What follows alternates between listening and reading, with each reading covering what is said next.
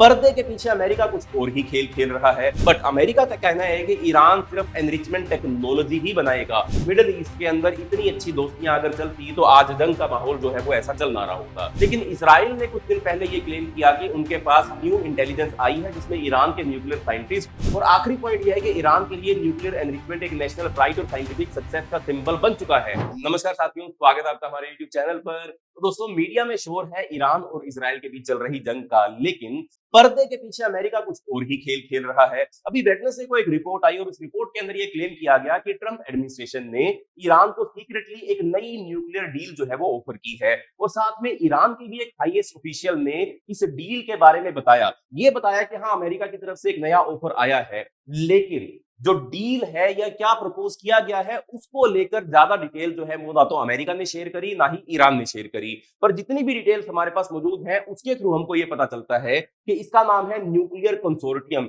ये एक तरीके का कंसेप्ट है जिसके ऊपर फ्यूचर के अंदर बातचीत के जरिए अमेरिका और ईरान के बीच में एक नई न्यूक्लियर डील हो सकती है। लेकिन अगर आपने इस न्यूक्लियर कंसोर्टियम के कंसेप्ट को एक बार समझा सुना तो आप खुद इसके ऊपर एग्री करोगे कि ईरान कभी भी इस प्रोजेक्ट को, इस डील को एग्री नहीं करेगा, चाहे अमेरिका कितना भी जोर लगा ले, क्योंकि न्यूक्लियर कंसोर्टियम का ये जो प्रपोजल है ये ईरान की संप्रभुता के खिलाफ चला जाएगा। इस आइडिया के अकॉर्डिंग होगा क्या, इस पर बात कर लेते हैं। पर उससे पहले चैनल का नाम है दिया ये सब, मेरा नाम है राही मेहता। चैनल को भी सब्सक्राइब कर ले ताकि आप ऐसे इंफॉर्मेटिव वीडियोस देखते रहें। तो दोस्तों, इस न्यूक्लियर कंसोर्टियम के आइडिया के अकॉर्डिंग ईरानी कंपनी, अरब कंपनी, अमेरिकन कंपनी, ये सब मिलकर यूरेनियम एनरिचमेंट का काम करेंगी, यानी कि एक तरीके का ज्वाइंट प्रोजेक्ट जो है वो लगाएंगी। इसका मतलब होगा कि कोई भी एक कंट्री सारा का सारा न्यूक्लियर फ्यूल जो है वो खुद प्रोसेस नहीं करेगी, खुद एनरिच नहीं करेगी। ग्रुप प्रोजेक्ट, एक ज्वाइंट प्रोजेक्ट के अंदर ये किया जाएगा। और पहले भी ईरान को ऐसी एक डील का प्रपोजल जो था वो अमेरिका के द्वारा दिया गया था, जिसको ईरान ने सिरे से ही मानने से मना कर दिया था। वैसे तो डिटेल थोड़ी अनक्लियर है, लेकिन मैं आपको 2 पॉइंट्स के अंदर इस पूरे न्यूक्लियर कंसोर्टियम के कंसेप्ट को समझाने का काम करूंगा। पहला आइडिया क्या है इसके अंदर? पहला आइडिया यह है कि न्यूक्लियर फ्यूल बनाने का जो प्रोसेस है वो पूरे रीजन के अंदर मल्टीपल कंट्रीज के बीच में डिवाइड कर दिया जाए। यानी कि कुछ चीज सऊदी अरेबिया बनाएगा, कुछ यूएई करेगा, कुछ ईरान करेगा। किसी टेक्नोलॉजी के ऊपर डेवलपमेंट जो रिसर्च करनी है वो अलग अलग कंट्रीज जो है उसको आपस में डिवाइड कर लेंगी। यानी कि न्यूक्लियर फ्यूल को एनरिच ना तो सिर्फ अकेला ईरान करेगा, ना सऊदी करेगा, ना ओमान करेगा। ये सब अपने अपने हिस्से का काम जो है वो बांट लेंगी। इसका इंस्पिरेशन एक वेस्टर्न न्यूक्लियर फ्यूल कंसोर्टियम से लिया गया है जिसका नाम था यूरेनको, जिसका production network UK, France, Germany और नीदरलैंड में स्प्रेड था। अभी अभी तक क्लियर नहीं है कि ये मॉडल इस वेस्ट एशिया के अंदर कैसे काम करेगा, किस कंट्री के ऊपर क्या जिम्मेदारी दी जाएगी।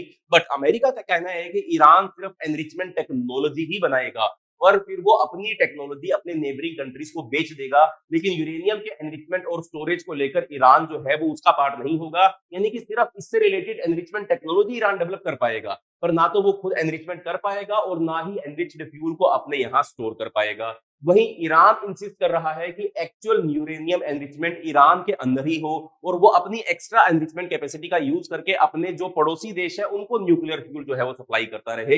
यहीं पर पेच फंसा हुआ है। ईरान चाहता है कि एनरिचमेंट वो खुद करता रहे, अमेरिका चाहता है कि नहीं, आप सिर्फ टेक्नोलॉजी पर काम करते रहो, एनरिचमेंट जो है वो सऊदी कर लेगा, एनरिचमेंट ओमान कर लेगा या कोई और कंट्री कर लेगी, और आपको आपकी रिक्वायरमेंट का न्यूक्लियर फ्यूल जो है वो सप्लाई कर दिया जाएगा। दूसरा पार्ट क्या है इसका?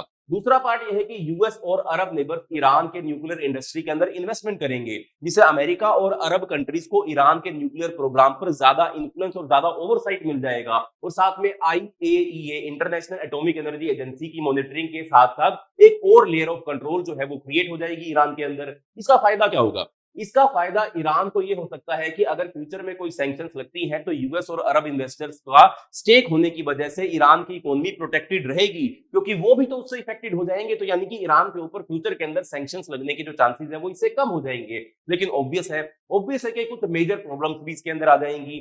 सऊदी अरेबिया चाहता है कि अपना एक इंडिपेंडेंट न्यूक्लियर प्रोग्राम वो खुद बनाए और ईरान लेड कंसोर्टियम में वो शामिल ना हो। कैसे हो जाए? सऊदी और ईरान दोनों ही मुस्लिम वर्ल्ड के वर्ल्ड लीडर बनना चाहते हैं। अगर ईरान के पास ये टेक्नोलॉजी रही या ईरान भी इस न्यूक्लियर कंसोर्टियम का पार्ट हुआ तो सऊदी ऑब्वियसली कभी भी अपना इंडिपेंडेंट न्यूक्लियर प्रोग्राम नहीं बना पाएगा। और सऊदी ऐसा क्यों चाहेगा? और साथ में दूसरा सवाल यह है कि ईरान के सीक्रेट अंडरग्राउंड एनरिचमेंट प्लांट का फिर क्या होगा? और ईरान ने जो यूरेनियम पहले से ही एनरिच किया है उसका क्या फ्यूचर होगा?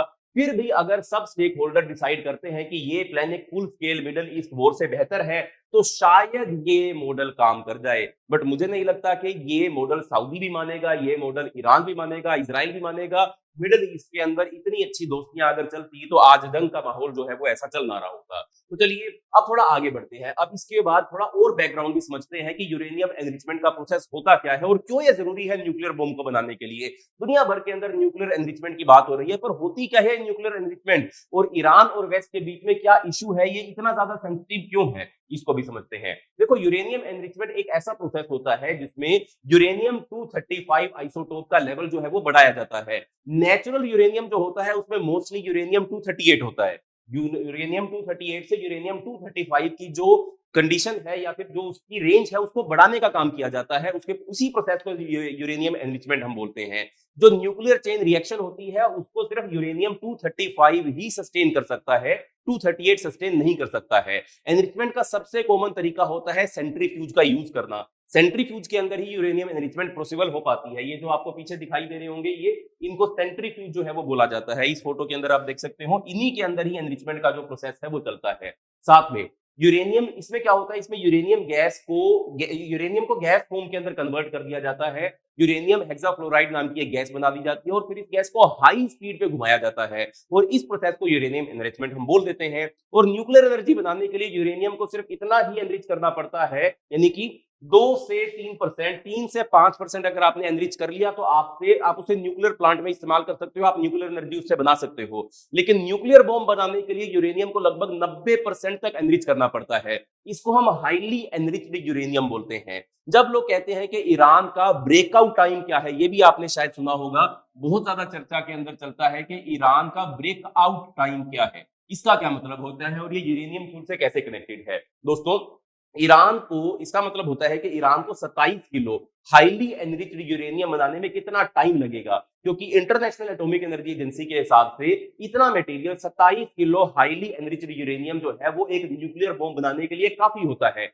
तो ईरान कितने टाइम में 27 किलो HEU प्रोड्यूस कर पाएगा, इसको ब्रेकआउट टाइम बोला जाता है। ब्रेकआउट टाइम मेनली दो चीजों पर डिपेंड करता है कि पहले से कितना यूरेनियम आपने इनरिच कर लिया है और कितने सेंट्रीफ्यूजेस आपके पास अभी अवेलेबल है। जितने ज्यादा सेंट्रीफ्यूज होंगे उतनी ही फास्ट आप यूरेनियम एनरिचमेंट कर लोगे। लेकिन ये भी ध्यान रखने वाली बात है कि न्यूक्लियर वेपन बनाने के लिए सिर्फ एनरिच्ड यूरेनियम काफी नहीं होता है। ईरान को एक मिसाइल भी बनानी पड़ेगी जो न्यूक्लियर वॉरहेड को कैरी कर सके, और ये एक अपने आप में अलग चैलेंज है। अभी तक यूएस इंटेलिजेंस एजेंसीज और IAEA के उनका मानना है कि ईरान फिलहाल वॉरहेड डेवलप नहीं कर रहा है, ईरान फिलहाल सिर्फ न्यूक्लियर एनरिचमेंट ही कर रहा था। लेकिन इजराइल ने कुछ दिन पहले ये क्लेम किया कि उनके पास न्यू इंटेलिजेंस आई है, जिसमें ईरान के न्यूक्लियर साइंटिस्ट और IRGC के बीच में एक मीटिंग का भी जिक्र किया गया। इजराइल कह रहा है कि ये प्रूफ है कि ईरान सीक्रेटली न्यूक्लियर बॉम्ब बनाने की तरफ बढ़ रहा है। लेकिन सच यह है कि ईरान का न्यूक्लियर प्रोग्राम बहुत पहले शुरू हो गया था, 1970 में ही शुरू हो गया था। जब शाह ईरान के अंदर रूल कर रहे थे तब से ही प्रोग्राम शुरू हो गया था। और तब 1950s की ये वैसे एक बात है, आइजनहावर जो अमेरिका के प्रेसिडेंट थे, वहां से अमेरिका से ही ईरान को न्यूक्लियर टेक्नोलॉजी मिली थी और ईरान का डोमेस्टिक न्यूक्लियर प्रोग्राम जो था वो अमेरिका की सहायता से ही लॉन्च हुआ था। तब उसको आइजनहावर एटम्स फॉर पीस के नाम से अपने प्रोग्राम को प्रपोज कर रहे थे। लेकिन दुनिया को ईरान के एक्चुअल न्यूक्लियर प्लान्स के बारे में पता चला था 2002 में, जब एक ईरानियन डिसिडेंट ग्रुप ने सीक्रेट डॉक्यूमेंट जो थे वो लीक कर दिए थे, जिसमें लिखा हुआ था कि ईरान ने अपने पहाड़ों के अंदर नटांस के पास एक सीक्रेट एनरिचमेंट फैसिलिटी जो है वो बना रखी है। फिर 2003 में क्या हुआ था, 2003 में जब इंटरनेशनल एटॉमिक एनर्जी एजेंसी ने ईरान के न्यूक्लियर साइट्स के ऊपर इंस्पेक्शन किया था, तो उन्हें वहां पर हाई एनरिच्ड यूरेनियम के कुछ ट्रेसेस मिले थे। इसके बाद IAEA ने ये कंक्लूड किया था कि Iran nuclear non proliferation treaty का वायलेशन कर रहा है। फिर 2004 में ईरान ने यूके, फ्रांस, जर्मनी, जिसको मिलकर हम E3 बोलते हैं, E3 के साथ एक पेरिस एग्रीमेंट भी साइन किया था। ये पहला मेजर ईरान न्यूक्लियर डील का प्रोग्राम था जिसमें ईरान ने टेम्परेरीली यूरेनियम एनरिचमेंट को सस्पेंड करने का प्लान जो था उसके ऊपर हामी भर दी थी। फिर 2005 के शुरू होने में ही ईरान ने एक और ऑफर दिया था कि वो अपना पूरा हाईली एनरिच्ड यूरेनियम हटा देगा और रेगुलर इंस्पेक्शन जो है वो ईरान के अंदर अलो कर देगा। बदले में सैंक्शन उसके ऊपर जो लगे हुए थे वो हटा दिए गए और साथ में सिक्योरिटी कोऑपरेशन जो है वो ईरान के साथ बढ़ाई जाए। फ्रांस ने भी इस आइडिया को सपोर्ट किया था, लेकिन अब ब्रिटेन और जर्मनी, आप जानते ही हो, ये डिवाइड एंड रूल की पॉलिसी रखते हैं। ब्रिटेन एंड जर्मनी जो थे वो इससे प्लान से ऑप्ट आउट कर लेते हैं, वो ईरान का साथ इस प्लान के अंदर नहीं देते हैं, जबकि पहली न्यूक्लियर डील के अंदर ब्रिटेन और जर्मनी साथ थे। इससे ये प्रूफ हो गया कि ईरान जो है वो आने वाले समय में इन सभी देशों को बहुत ही शक की निगाहों से देखने वाला था। और साथ में ये बात ईरान के जो हार्डलाइन प्रेसिडेंट थे उस टाइम मोहम्मद अहमदी, उनको भी पसंद नहीं आई थी और उन्होंने भी कई सारे जो आर्गुमेंट्स थे उनको रिजेक्ट कर दिया था, क्योंकि ब्रिटेन और जर्मनी ईरान को कह रहे थे कि आप पूरी तरीके से डोमेस्टिक यूरेनियम एनरिचमेंट जो है वो बंद कर दो, तब हम फ्यूचर के अंदर आपके साथ कोई डील करेंगे। ईरान ने इसको रिजेक्ट कर दिया और तब से लेकर आज तक ईरान जो है वो इसी बात के ऊपर अड़ा हुआ है कि हमारा खुद का अधिकार है, हम अपने सहायता से, अपने हिसाब से, अपनी टेक्नोलॉजी के अकॉर्डिंग अपना यूरेनियम एनरिच कर सकते हैं। और वहीं तो वेस्ट को डर लगता है कि ईरान की इस टेक्नोलॉजी का यूज जो होगा वो फ्यूचर में न्यूक्लियर बॉम्ब बनाने के अंदर किया जाएगा। ईरान कहता है कि मेरा खुद का ये राइट है कि मैं न्यूक्लियर एनरिच करूं या फिर हाईली एनरिच यूरेनियम बनाऊं, और साथ में वेस्ट को ये डर है कि अगर ईरान ने ऐसा बना लिया तो वो न्यूक्लियर बम बनाएगा और इजराइल के ऊपर डाल के ठोक देगा, इजराइल को जड़ से खत्म कर देगा। अब कोई भी देश इतना इररिस्पॉन्सिबल तो नहीं होगा कि वो आज के समय में न्यूक्लियर बम बनाकर किसी दूसरे देश के ऊपर हथियार उसका इस्तेमाल कर ले। अगर लेट से ईरान ने ऐसा कर भी लिया तो क्या अमेरिका फिर ईरान को छोड़ेगा? तो क्या फ्रांस फिर ईरान को छोड़ेगा? तो क्या ब्रिटेन फिर ईरान को छोड़ेगा? कोई भी कंट्री जो है वो ऐसे केस के अंदर ईरान के ऊपर ऑब्वियसली दोबारा न्यूक्लियर अटैक करेगी ही करेगी। तो ईरान अपनी बर्बादी भी क्यों चाहेगा इजराइल को बर्बाद करने के साथ साथ? तो यही सारा कंसेप्ट जो है वो अड़ा हुआ है। ये सिर्फ और सिर्फ वेस्ट की चाल है अपनी बातें मनवाने के लिए, क्योंकि वो चाहते हैं कि हर कंट्री जो है अपनी फॉरेन पॉलिसी अपने अकॉर्डिंग नहीं, उन देशों के अकॉर्डिंग चलाए जो विश्व युद्ध 2 के अंदर जीते थे। और साथ में अगर वो ईरान अपने यूरेनियम को एनरिच खुद नहीं करता है तो ईरान के क्या क्लेम है, ईरान कैसे बोलता है, कैसे उसके लीडर जो है वो बार बार अपने न्यूक्लियर एनरिचमेंट के आर्गुमेंट्स को डिफेंड करने का काम करते हैं। 5 स्ट्रॉन्ग आर्गुमेंट जो है वो मैं आपको बताता हूं जिसके थ्रू ईरान जो है वो अपने इस न्यूक्लियर प्रोसेस को या एनरिचमेंट को डिफेंड करता है। पहला है कि अगर वो अपने यूरेनियम को खुद एनरिच नहीं करता तो उन्हें दूसरी कंट्री से इंपोर्ट करना पड़ेगा, जिसमें डिपेंडेंसी उनकी बढ़ जाएगी और ये रिस्की हो सकता है। ईरान कहता है कि नॉन प्रोलिफरेशन ट्रीटी के अंदर उनके राइट को एनरिच यूरेनियम, उनका जो राइट टू एनरिच यूरेनियम है वो प्रोटेक्टेड है, बस कंडीशन यह है कि सिविलियन पर्पस के लिए उसका इस्तेमाल किया जाए। तीसरा पॉइंट यह है कि वेस्ट का ट्रस्ट इश्यू मॉनिटरिंग के स्ट्रिक्ट प्रोटोकॉल से सोल्व किया जा सकता है। और चौथा जो ईरान पॉइंट देता है कि ईरान ये भी पॉइंट करता है कि इजराइल और सऊदी अरेबिया जैसे रीजनल कंट्रीज भी एनरिचमेंट कैपेबिलिटीज रखती हैं, तो ईरान को न रखे।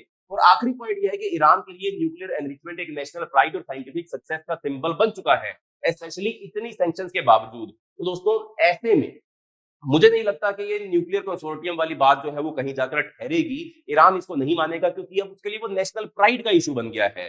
तो इसी में हमको यही समझना होगा कि ये जंग जितनी ज्यादा चलती जाएगी ईरान और इजराइल के बीच में, उतना ही ज्यादा इन दोनों ही कंट्रीज के अंदर डिस्ट्रक्शन जो है वो चलती जाएगी। इसलिए वेस्ट को ये समझना चाहिए कि ईरान का ये खुद का राइट है कि वो अपने लिए न्यूक्लियर एनरिच कर सके, हाँ, पर ईरान को भी साथ में दुनिया भर को यह विश्वास दिलाना होगा कि वो अपने न्यूक्लियर एनरिचमेंट को पीसफुल पर्पसेस के लिए ही इस्तेमाल करेगा। दोनों को आपको बैलेंस करने चलना पड़ेगा। ना तो आप सिर्फ इजराइल का स्टैंड ले सकते हो और ना ही सिर्फ आप ईरान का स्टैंड ले सकते हो, आपको दोनों के बीच में एक मीडिएशन करवाने की जरूरत है। तो दोस्तों आज की कहानी हमको यही दिखाती है कि ईरान और वेस्ट के बीच सिर्फ न्यूक्लियर टेक्नोलॉजी का नहीं, ट्रस्ट का भी क्राइसिस है। डील्स बनती हैं, टूट जाती हैं और नए प्रोटोकॉल जो है वो दोबारा सामने लेकर आए जाते हैं और वो प्रोटोकॉल भी फिर तोड़ दिए जाते हैं। लेकिन जब तक दोनों साइड अपने पॉलिटिकल ईगो से ऊपर नहीं उठती तब तक ये न्यूक्लियर डेडलॉक कभी खत्म नहीं होगा और मिडिल ईस्ट हमेशा एक टिकिंग टाइम बॉम्ब बना रहेगा। तो चलिए दोस्तों, ये थी हमारी आज की वीडियो। अगर आपको वीडियो पसंद आई हो तो वीडियो को लाइक करें, वीडियो को शेयर करें, वीडियो पर कमेंट करें। मिलते हैं अगली वीडियो के अंदर, तब तक के लिए बाय बाय, धन्यवाद, जय हिंद।